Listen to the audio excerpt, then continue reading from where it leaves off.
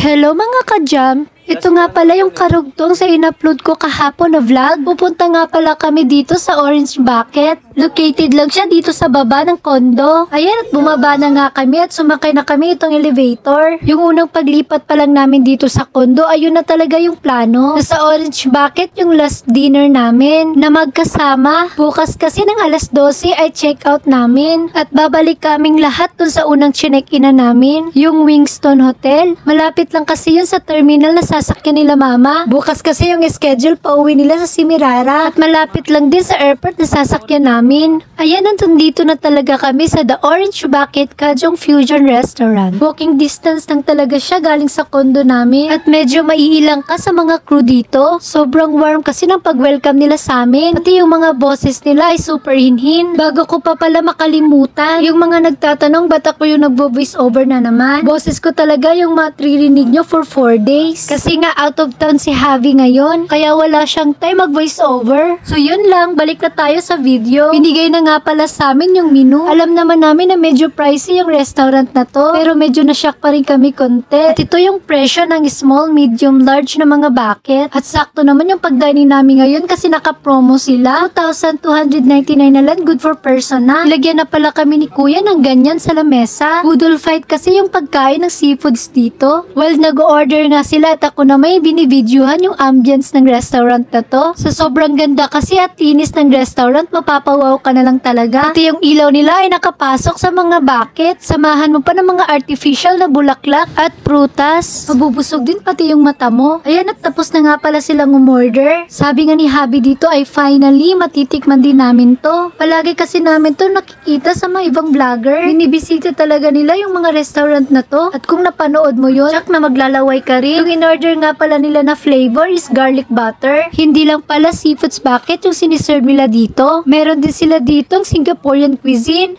Korean cuisine, and Western cuisine. Si kuya na nga pala yung nagbuhos ng orange bucket namin. Halos ganito talaga yung nakikita namin sa mga vlogger, na yung crew na yung nagbubuhos ng seafood sa mesa nyo. Tapos yung usok ay nalalangap namin. Sobrang sarap. Naubusan nga pala sila ng mga lobster ng time na to. Kaya yung laman ng seafoods namin ay alimango, maliliit na scallop, shrimp, tahong, corn, at maliliit na potato. Nag-order na rin pala si Papa ng buffalo chicken. Baka kasi hindi magkasya yung seafood sa amin. Sinuot na nga namin isa-isa yung apron nila. Grabe no, sana may ganito rin sa Surigao City. Pwede mo rin namang hindi isuot yung apron nila. Sabi nga ng crew, nasa sayo daw kung susuotin mo o hindi. Basta kasama daw siya sa binayaran mo. Humingi pa nga si Bilo dito ng gloves. Yun pala, nasa mesa na pala namin, di namin napansin. Kaya agad naman kami kumuha isa-isa. At para tikman na itong seafoods na to. At malaman namin ba't pinabalik-balik ito ng mga vlogger. Kaya nag-start na si Mama magdasal. Si Mama nga muna yung nagdasal kasi nga si Ruben at feeling well pa. Pagkatapos ng magdasal ay nagumpisa na kami kumain. At talagang pareho pa sila Mama at James ang unang kinuha. Yung sugpo. Pinakita din ni Mama yung alimango. Kitang-kita talaga yung taba. Tanto talaga na alimango yung hinahanap namin sa Surigao City. Yung may kulay orange na taba. Ayan, at mapapansin nyo nga na sarap si Habi sa kinakain niya. Pati naman si Mama. Dinemo pa nga niya paano ilagay yung taba sa kanin. At kinuha rin ni Habi yung isang ulo ng alimango. Sabay lagay ng maraming kanin. Tapos mix para masarap. Gawing bola-bola. Sabay subo.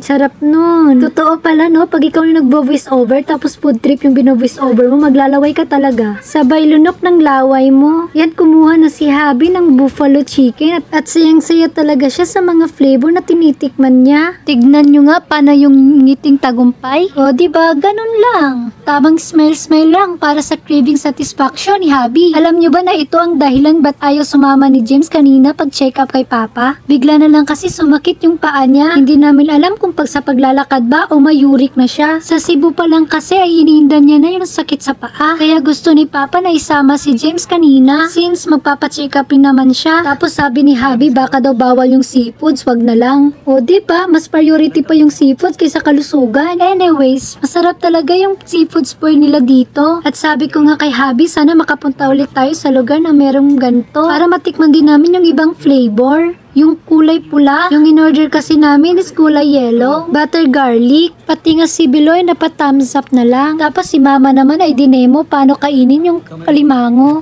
Ipaparinig ko sana yung boses niya. Kaso baka magalit.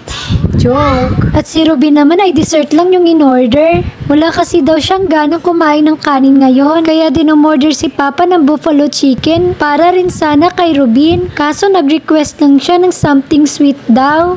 Tapos nakita niya sa TV yung dessert na kinakain niya. May TV flat screen kasi sa likod ni Habi. At yung mga pinapalabas naman sa TV ay yung mga pagkain na nasa menu nila. Kaya nung nakita ni Rubin ay napa-order na siya. Kaya yan, malapit na nga kami ditong matapos. Nakikita niyo ba yung 1 cup rice nila? Sobrang laki, 'di ba? Kaya hindi mo na talaga kailangan mag-add pa ng rice. Yung 1 cup nila ay sapat na. Kaya heto na at kumain na rin ako. Yung sugpo rin yung una kong inulam. Tapos sinawsaw ko sa butter garlic na sauce. Tapos sila Habi naman ng time na to ay kumakain at nagkwekwentuhan na. Kasi malapit na kasi kaming matapos. At ayan si Zion at hindi na nga siya kumain. Kinain kasi niya yung cake ni Rubilo sa bahay. Kasama niya yung Tito Rubin niya yung time na yon. Pagkatapos nga namin maubos lahat ng seafood sa mesa, ay napasabi na lang talaga kami ni Habi na no more sana all. Yung kadalasang tinitignan kasi namin ng mga vlog ay yung involved talaga yung food. Lalo na tong The Orange Bucket. Ito talaga yung always namin nakikita lalo na sa TikTok ngayon. At marami pa kaming pagkain gustong tikman ni Habi. At ayan, binigyan na kami ni Mama ng lemonade. Nag-stop nga lang muna kami dito sa labas. Kasi nga gusto namin ni Habi magpa-attendance check dito. Kaya yun lang siguro sa ngayon. Thank you for watching!